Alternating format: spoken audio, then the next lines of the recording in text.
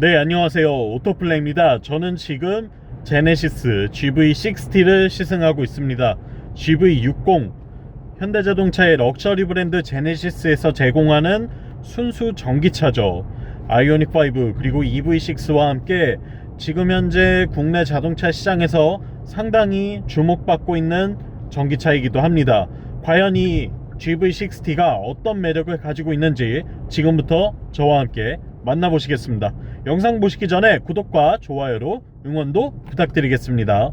네, GV60 일단 디자인을 살펴보면 기존의 SUV 형태의 디자인의 모습을 하고 있으면서도 제네시스의 아이덴티티를 잘 담아냈고, 또한 여기에 전기차 특유의 비례감까지 잘 버무려 넣었습니다. 그러니까 대놓고 비교를 해보자면 아이오닉5 같은 경우에는 뭔가 굉장히 사이버틱하고 이런 미래지향적인, 어떻게 보면 조금 이상한 모습의 디자인을 갖고 있죠.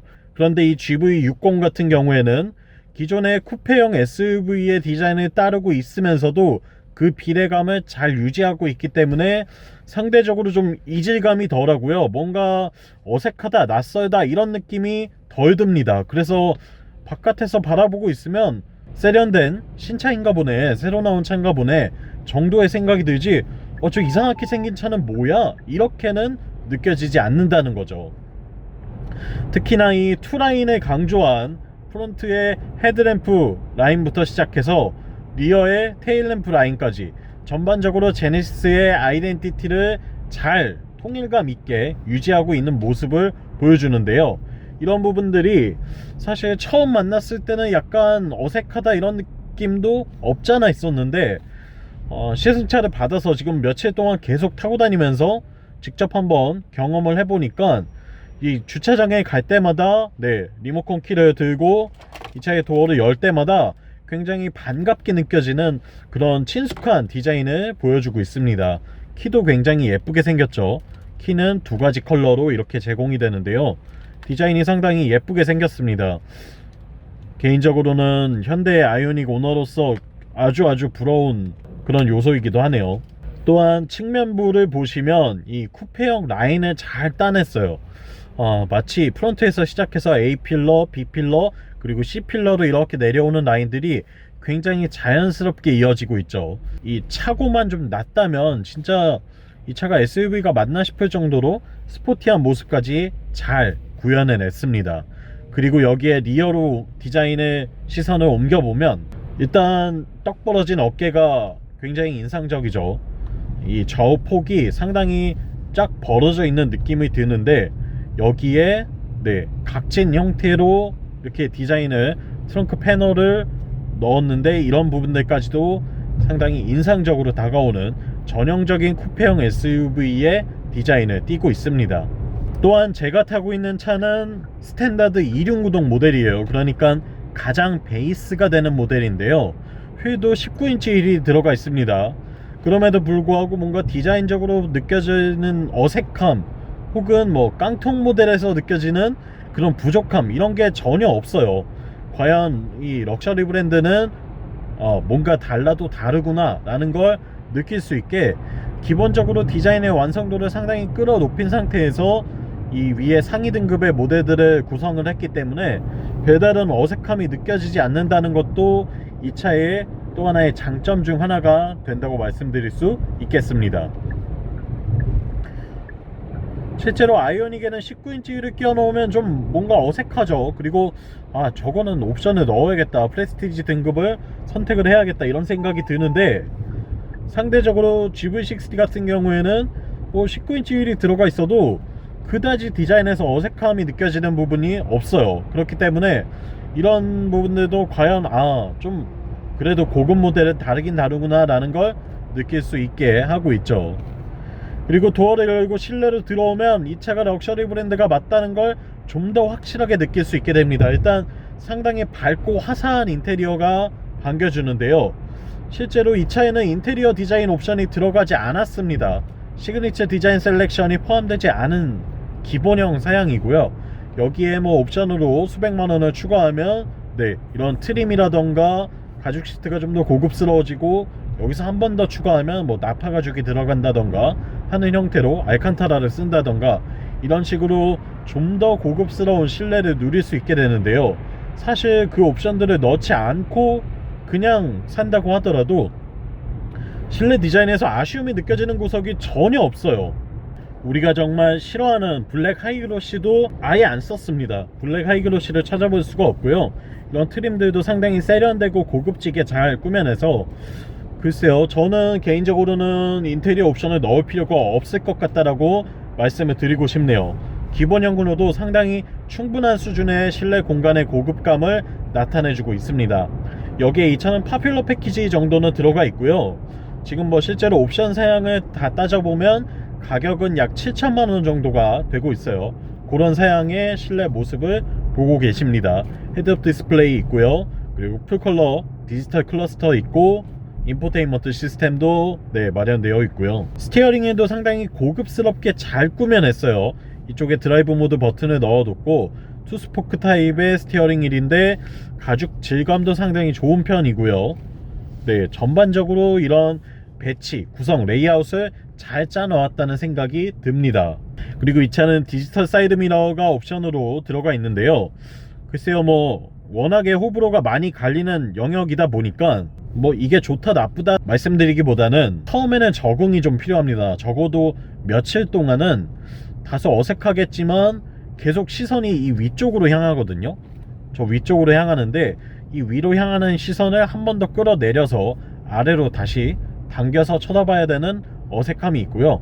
그게 좀 적응이 되고 나면 시선이 바로 일로 가서 운전을 할 때 상당히 편하게 시야 확보를 할 수 있다는 장점이 있습니다. 하지만 이게 옵션으로 들어가죠. 옵션 가격이 있기 때문에 글쎄요, 과연 돈을 주고 이걸 선택해야 하는가 라는 걸 따져보면 저는 약간 퀘스천이긴 해요. 저 같으면 굳이 넣지는 않을 것 같습니다. 무료로 넣어준다면 그러면 뭐 괜찮을 것 같아요. 근데 돈을 내고 선택을 해야 된다 이러면 좀 고민이 될 것 같은 그런 계륵 같은 옵션이라고 할 수 있겠네요. 이외에도 이렇게 공조장치도 별도의 터치 패널을 넣어서 물리 버튼도 함께 넣어서 조작성이 좀 더 좋게 만들어 놨고요. 이외에도 센터 터널 부분에도 이렇게 컨트롤러를 적용을 해놨어요. 인포테인먼트를 컨트롤러로 조절을 할 수가 있고 시프트 바이 와이어 타입의 다이얼식 변속 레버가 들어가 있습니다. 이거 제네시스에서는 크리스탈 스피어라고 부르는데요. 실제로 시동을 끄고 나면 크리스탈이 이렇게 구 형태로 돌아와서 나오면서 굉장히 예쁜 모습을 자아내고 있어요. 그리고 조작성 측면에서도 그립이 아주 좋게 잘 만들어둔 모습을 확인할 수가 있죠. 또한 열선 통풍 시트를 비롯해서 각종 편의 사양들을 물리 버튼으로 이곳에 배치해두고 있는 모습도 볼 수가 있습니다. 특히나 이 열선 통풍 시트의 조작 버튼 같은 경우에는 아이오닉에서는 이게 이렇게 제공되지 않죠. 터치 패널로 들어가서 한번 누르고 다시 이렇게 조작을 해야 되는 불편함이 있는데 그런 걸 따져봤을 때는 아주 반가운 변화라고 할 수 있고 아이오닉 오너로서는 상당히 부러운 요소입니다. 다만 이 차는 이 부분에 이렇게 지금 공간을 차지하고 있는 장치들 때문에 이 레그룸을 좀 더 편하게 쓸 수 없다는 아쉬움이 있어요. 가령 뭐 무릎을 이렇게 쫙 펼치고 운전하는 자세를 가진 분들이라면 이 부분에서 다소 어색함을 느끼실 수도 있겠다라는 점을 말씀드리고 싶고요. 근데 사실 운전 자세를 바르게 하면 별로 막 크게 불편함을 느낄 만한 그런 수준은 전혀 아닙니다. 그리고 에르고 모션 시트가 적용되어 있죠. 운전을 할 때 몸을 굉장히 잘 지지해주고 편하다는 느낌을 전해주고 있고요. 스트레칭 모드까지 제공을 하기 때문에 안마 수준까지는 아니더라도 우리가 장거리 운전을 할 때에 좀 더 피로감을 덜어낼 수 있겠다라는 생각이 들고요. 이외에도 전반적인 공간 구성은 상당히 아늑한 느낌을 주면서도 결코 좁지 않게 잘 만들어 둔 것 같아요. 실내 거주성은 괜찮은 편이에요. 패밀리카로 쓴다고 했을 때는 약간 좀 갸우뚱할 것 같긴 합니다. 뒷좌석 공간이 그렇게 좁은 건 아닌데요. 그렇다고 해서 이게 뭐 아주 넓다, 가족용 차로 쓰기에 충분하다 이런 수준도 아니긴 해요. 그렇기 때문에 개인적으로는 혼자 또는 2명 정도 타고 다닐 때에는 굉장히 쾌적하게 쓰기 좋은 차지만 3명, 4명, 5명 이렇게 타신다면 다른 차를 모시는 게 좀 더 좋을 수도 있겠다는 생각은 듭니다. 이외에도 뭐 전반적으로 고급감이 상당해요. 사실 우리가 전기차라고 하면 지금까지는 고급스러운 전기차를 만나긴 좀 어려웠잖아요. 그런데 이 녀석은 본격적으로 고급스럽게 만들어낸 전기차라고 할 수 있습니다. 나는 전기차도 좋은데 그래도 프리미엄 브랜드, 그래도 좀 더 고급스럽게 만들어진 차를 타고 싶어, 뭐 하나라도 좀 더 럭셔리한 사양들이 들어간 차를 타고 싶어, 감성 품질이 뛰어난 차를 타고 싶어 하는 분이라면 이 차가 아주 좋은 선택이 되지 않을까 싶어요. 저 같은 경우에는 아이오닉 5를 타고 있다 보니까 그런 부분들이 더 눈에 들어와요. 이 소재의 고급감, 그리고 이런 사용자를 배려한 물리 버튼의 배치, 이런 것들이 의외의 별거 아닌 요소지만 굉장히 고급스럽게 느껴지는 부분들입니다. 그리고 GV60의 또 하나의 장점이죠. 바로 뱅앤올룹슨 사운드 시스템인데요. 사실은 별로 기대하지 않았었는데 이 뱅앤올룹슨 오디오가 정말 좋습니다. 특히나 이 현대의 보스 오디오에 비하면 아주 고급스러워요. 이건 제 차에 띄워다 놓고 싶을 정도로 굉장히 좋은 음질을 들려주고 풍부한 공감감을 잘 표현해내고 있는 오디오라고 말씀드릴 수 있겠습니다. 이외에도 뭐 이중접합 차음률이 다 골고루 썼고요. 전반적으로 고급스러운 배치를 보여주고 있습니다. 그리고 USB는 C타입으로 제공이 되고 있어요.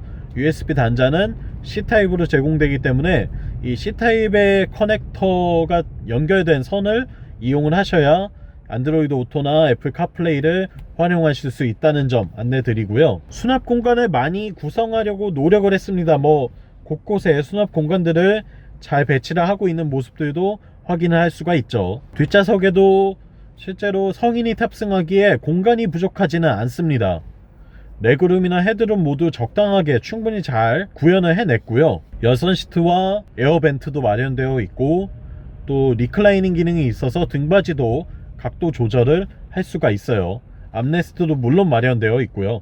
그리고 선블라인드도 수동식으로 제공을 하고 있기 때문에 사실 뭐 패밀리카로 쓴다고 해도 크게 부족함은 없습니다. 공간이 좀 더 넓지 않을 뿐이지 뭐 사양이 아쉬운 거는 전혀 없어요. 그리고 이 차의 퍼포먼스에 대해서도 이야기를 해봐야 되겠죠.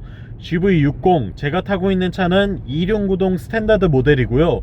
뒷바퀴를 굴립니다. 싱글 모터 사양이죠.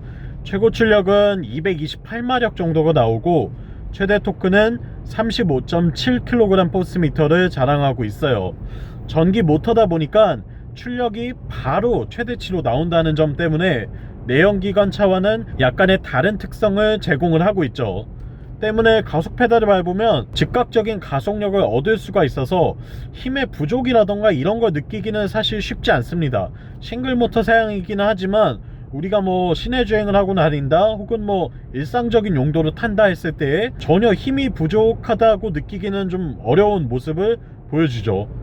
실제로도 운전하는 게 상당히 재밌습니다. 이렇게 토크감을 느끼면서 몰고 다닐 수 있기 때문에 시내 주행에서도 앞차와의 간격을 바짝바짝 붙이면서 도로의 흐름을 맞춰줄 수도 있고요. 그리고 필요할 때는 충분한 추월 가속력을 제공해 주기도 하죠. 하지만 듀얼 모터와는 분명히 다른 가속감을 보여주기는 합니다. 이 차는 제로백이 한 7초 정도 나와요. 7초대 정도 되는데 뭐 이 정도면 충분하네, 뭐 이 정도면 여유롭게 탈 수 있네 정도인데 듀얼 모터를 선택하면 와 이건 진짜 빠르다, 이거 너무 빠른데? 이렇게 다녀도 되나? 이런 생각이 드는 거죠. 그러니까 그 정도의 출력 차이가 있습니다. 얘가 결코 부족하지는 않아요. 얘가 부족하지 않은데 듀얼 모터 4륜구동이 좀 과하게 높은 출력을 낼 뿐이죠. 실제로 주행을 해보면 주행하는 데 있어서 뭐 힘은 전혀 아쉬움이 없고요. 많이들 고민을 하실 거잖아요. 이 차를 과연 2륜구동으로 사야 되나 4륜으로 사야 되나 많이 고민을 하실 텐데 보통은 이제 눈길, 뭐 겨울철 운전 이런 것 때문에 이제 후륜구동을 선택하기를 좀 망설이시는 경우가 많아요.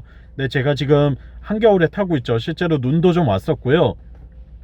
겨울철에 주행을 해봤는데 정말 뭐 산간 오지에 사시는 게 아니라고 한다면 이 차가 주행하는 데 있어서 불안하기 때문에 4륜구동을 선택해야 된다, 이런 거는 좀 더 깊게 고민해 보실 필요는 있을 것 같아요. 그게 뭐 무조건 4륜을 사야 된다 이건 아닐 것 같아요. 저도 그 선입견이 없는 건 아닌데, 실제로 눈 오는 날 주행을 좀 해보니까 그렇게 막 위험한 상황을 만들거나 운전을 못할 정도가 되지는 않더라고요. 그렇기 때문에 적어도 운전 경력이 뭐 어느 정도는 되신 분이라고 한다면 차를 타고 다니는 데 있어서 기본적인 컨트롤은 다 하실 수 있기 때문에, 네, 눈길 때문에, 겨울 때문에 사륜을 사야겠다 이런 생각은 접어두셔도 될 것 같아요. 차라리 윈터 타이어를 장착하고 다니는 게 훨씬 더 안전할 수도 있습니다. 사륜구동을 타도 윈터 타이어가 없으면 사실 상당히 위험한 상황에 처하기 쉽거든요. 그런 점들을 잘 고려하시면 좋을 것 같고, 고속주행에서도 안정감은 꽤 좋은 편이에요. 일단 차가 굉장히 무거운 편이죠. 전기차는 배터리가 바닥에 쫙 깔려 있기 때문에 무게 배분도 좋고요, 차가 좀 묵직합니다. 이런 점 때문에 고속주행 시에도 쫙 가라앉는다는 느낌을 전해주고 있죠.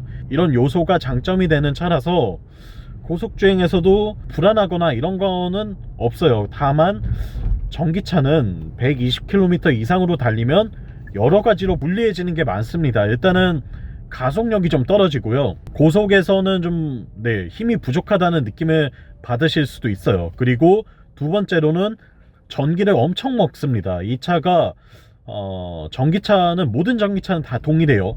120 이상으로 달리시면 정말 이 전기가 쭉쭉 닳고 있는 게 눈에 보일 정도예요. 그렇기 때문에 사실 전기차는 이 단거리, 중단거리용으로 타시는 게 가장 적합하고요.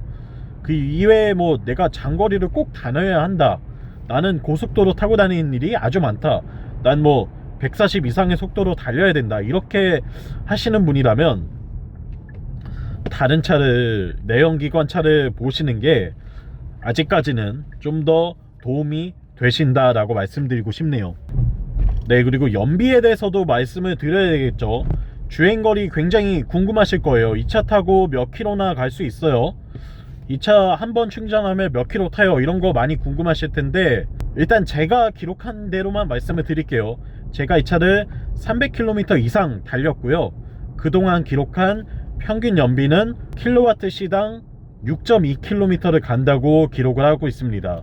그러니까 이걸 환산해 보면 이 차의 배터리 용량을 따져봤을 때 1회 완충으로 한 470에서 80 정도 되는, 그 정도 거리를 갈 수가 있어요. 470, 80km를 탈 수 있는데, 이 정도 타면 사실 뭐 전혀 부족한 게 아니죠.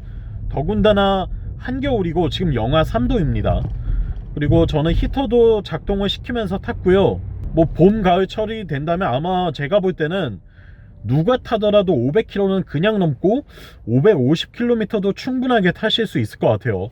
그리고 진짜 연비 운전을 잘 하시는 분이라면 한 600km까지도 타실 수 있지 않을까 싶고, 여름철에 에어컨을 가동하고 타더라도 한 500에서 550 정도는 충분히 왔다 갔다 하실 것 같아요. 그러니까 후륜구동 기준이기는 하지만 적어도 뭐 전기차는 주행거리가 짧아서 못타 라고 이야기하는 일은 없어야 되겠죠. 네, 집이나 회사 한 곳에만 충전기가 설치되어 있다면 이 정도 주행거리를 갖고 있기 때문에 전혀 뭐 불편을 느끼면서 탈 일이 아예 없습니다. 저는 이미 전기차를 한 3년째 2대째 타고 있거든요. 그런데 겨울에 350km 밖에 못 가는 차도 1년 이상 탔었어요. 2년 정도를 탔는데 전혀 크게 불편함을 느끼지 못했어요. 진짜 장거리 주행이 아주 많으신 분이 아니라고 한다면 타고 다니실 수 있는 수준이니까요. 너무 겁내실 필요는 없을 것 같아요. 주행거리에 대해서 큰 압박감을 가질 필요는 없을 것 같다고 말씀을 드리고 싶고, 이 정도는 사실 우리가 구매할 수 있는 전기차 가운데 거의 최상위 레벨의 주행거리를 갖고 있는 거거든요. 그러니까 걱정하실 필요는 없을 것 같습니다.